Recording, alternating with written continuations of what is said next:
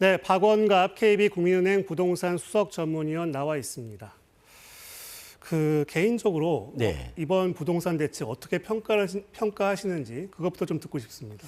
저는 6.27 대책에 이어서 2차 충격요법인 것 같아요. 그러니까 삼중 족쇄라고 얘기를 하죠. 네. 조정 대상 지역, 투기과열지구, 그다음에 토지 거래 허가 구역까지 동원한 집값 잡기다 이렇게 보고요. 토지 거래 허가 구역은 허가를 받아야 되기 때문에 사실상 극약 처방에 해당된다 이렇게 볼 수 있을 것 같고요. 초점은 상급지 갈아타기하고 그다음에 똘똘한 한 채 갭 투자 차단에 어떻게 보면 맞추고 있다 이렇게 보시면 되고 옛날에 문재인 정부는 주로 세금 규제에 있었죠. 근데 이번에는 주로 거래 규제를 통해서 어떻게 보면 진입 자체를 원천 봉쇄하려는 어떤 그런 취지를 담고 있다. 그런 점에서 조금 더 그 영향이 좀 세다 이렇게도 볼 수가 있을 것 같습니다. 네, 앞서 보도를 보셨지만 이 토지거래 허가구역 반경이 오늘부터 넓어졌습니다. 네. 오늘 분위기가 좀 어땠습니까? 거래 실종이죠. 왜냐하면은 대책이 이제 15일 날 발표됐잖아요. 그날 거래가 다 됐습니다. 왜냐하면 몰아서 거래됐다는 건데 아까 이제 말씀하시기를 토지거래 허가구역은 이제 올해부터 오늘부터 지정이 됐지만 이제 조정 대상 지역하고 투기과열지구하고 대출 규제는 16일부터 적용이 됐단 말이에요. 네. 그러면은 지금 조정 대상 지역에서 집을 두 번째로 사면은 취득세가 8%입니다. 또 대출 규제도 있다 보니까 네. 아무래도 당일날 좀 서둘러서 매매한 게 아닌가. 그러다 보니까 막상 이제 토지를 실시하니까 뭐 거래는 없는 뭐 이런 상황이라고 보시면 되겠습니다. 네. 근데 뭐 벌써부터 풍선 효과가 적지 않게 나타나고 있는 것 같아요. 지금 화성 동탄 쪽하고요. 그다음에 구리 쪽에 좀 문의가 좀 늘고 있는 것 같아요. 그래서 원래 이제 규제책이 나오면은 아무래도 덜한 쪽으로 이제 관심을 받는 것은 맞는데 네. 이번엔 범위가 워낙 넓어가지고 저는 풍선 효과가 그렇게 세지는 않을 거로 생각을 하고 있습니다. 네. 일각에서는 형평성 논란도 나오는 것 같습니다. 어떻습니까? 두 가지입니다. 하나는 그 비싼 오피스텔하고 연립주택은 빠지고 왜 싼 뭐 3, 4가는 아파트만 들어가느냐 이 부분인데요. 네. 이제 정할 때 이제 건축법상 이제 아파트가 포함되죠. 사실상 토지 거래 허가 구역은 아파트 거래 허가 구역이라고 보시면 될 것 같고요. 네. 그래서 지난번에 이제 용산구에 있는 한남더일이 어떻게 됐냐면은 연립주택하고 아파트하고 섞여 있었죠. 네. 그 연립주택이 빠졌단 말이에요. 그래서 그 여러 가지 문제가 많아서 이번에는 아예 단지 내에 아파트하고 오피스텔이 섞여 있으면 연립주택이 섞여 있으면은 아예 이제 다 집어넣는 거로 이렇게 됐는데 네. 지금 오피스텔인 뭐 타워빌리스라든지 뭐 연립주택인 유엔빌리지를 또 넣는다 그러면은 그러면 성북동이나 한남동에 있는 또 고가 단독주택을 또 넣어야 되는 그런 문제가 있는 것 같아요. 네. 그런 점이 좀 있고 또 하나는 이제 지역 형평성 부분인데요. 네. 외곽은 오르질 않았는데 왜 우리는 유탄을 맞느냐는 부분인데요. 지금 KB 저희들 통계를 보니까 올 들어 9월까지 강남구가 아파트 기준으로 보면은 한 16% 정도 올랐습니다. 네. 그런데 도봉구는 마이너스 0.1%, 그다음에 금천구는 마이너스 0.4%예요.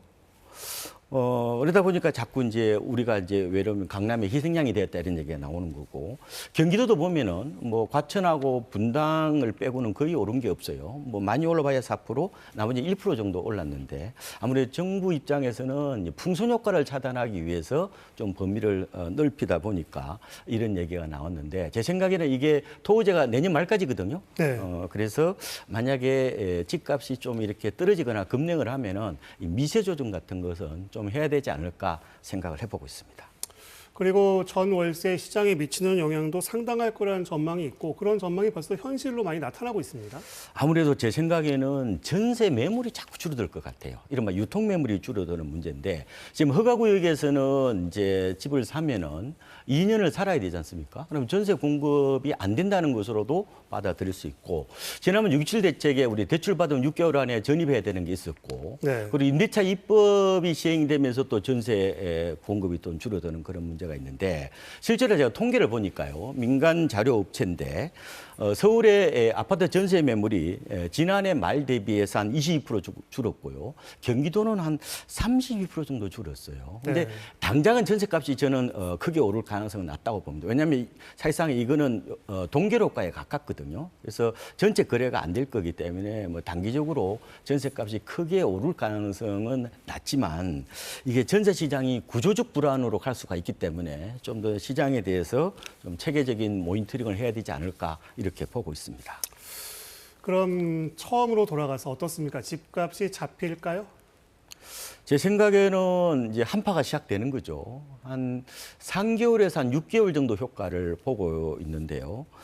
이번 대책은 문재인 정부 때 나왔던 2019년 12.16 대책하고 저는 영향이 좀 비슷할 거라고 보고 있습니다. 네. 그때 당시에 15억 아파트 대출 금지가 있었는데 네. 보니까 한 4개월 정도 조정을 받습니다. 주로 이제 고가 아파트가 타격이 되는데 동남권 기준을 보면은 네. 그래서 한 3% 정도 빠져요. 네. 그래서 이번에도 아마 그때 막 가격이 빠진다기보다는 아마 그 정도 효과라고 보면 될 것 같고 다만 지역별로 이미 강남하고 용산은 규제를 적용을 받고 있잖아요. 그래서 그렇게까지 타격은 아닐 것 같고 한강 벨트라고 하는 뭐 성동구라든지 마포구 좀 영향을 받을 것 같고 외곽이 좀 더 냉각되지 않을까 뭐 이런 생각들도 해보고 있습니다. 네. 그리고 오늘 그런 얘기가 있었죠. 보유세를 놓고 당정이 좀 엇박자를 낸 듯한 네. 모습이 있었습니다. 네. 지금 이제 구윤철 부총리께서 이제 기자 간담회에서 그런 얘기를 하셨죠. 우리나라는 이제 보유세가 낮고 양도세가 이제 높아서 매물이 안 나온다.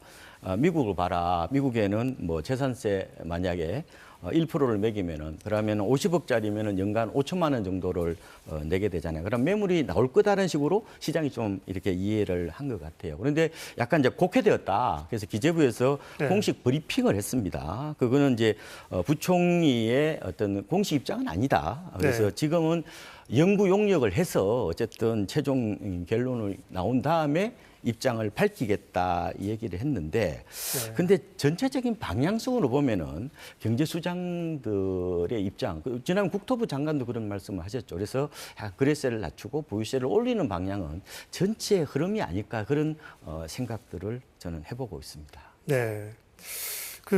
앞으로의 부동산 시장, 뭐 단기적으로는 어떨 것으로 보이고 또 장기적으로는 어떻게 보시는지 좀 설명을 듣겠습니다. 단기적으로는 일단 어쨌든 기선을 잡았다고 보면 되죠. 그런데 수요 억제책은 기본적으로 단기 대책이잖아요. 장기는 결국 공급이 이제 결정한다 이렇게 이제 보고 있는데 지금 유동성은 넘치죠. 그리고 공급이 부족할 것이라는 그런 불안감이 큰 상황에서 저는 무주택자들을 좀 더 달래야 된다. 그러면 공급에 좀 더 속도감 있는 모습들을 보여줘야 된다고 보는데요. 저는 상계 신도시 사전 분양도 어떻게 보면 해야 된다고 봅니다. 네. 그리고 속도를 좀 낸다는 측면에서 지난번에 정부가 서초 그 서리풀 지구 있거든요. 그 2만 네. 가구나 됩니다.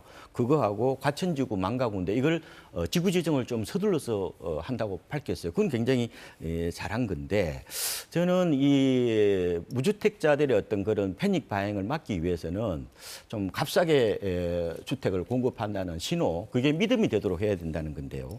실제로 이명박 정부 때 보금자리 주택을 보면요, 그 지정을 했잖아요. 그러고 나서 주변 아파트 값이 5.7% 빠졌다는 통계가 있습니다. 네. 그래서 만약에 집값을 싸게 공급해 주면 서둘러서 그렇게 집을 살 필요가 없지 않느냐, 뭐 그런 생각을 하는 층이 많을 수 있기 때문에 어쨌든 중요한 것은 값싼 주택을 빨리 공급한다는 그런 실행력, 스피드 있는 실행력이 가장 중요하지 않을까 이런 생각을 해보고 있습니다.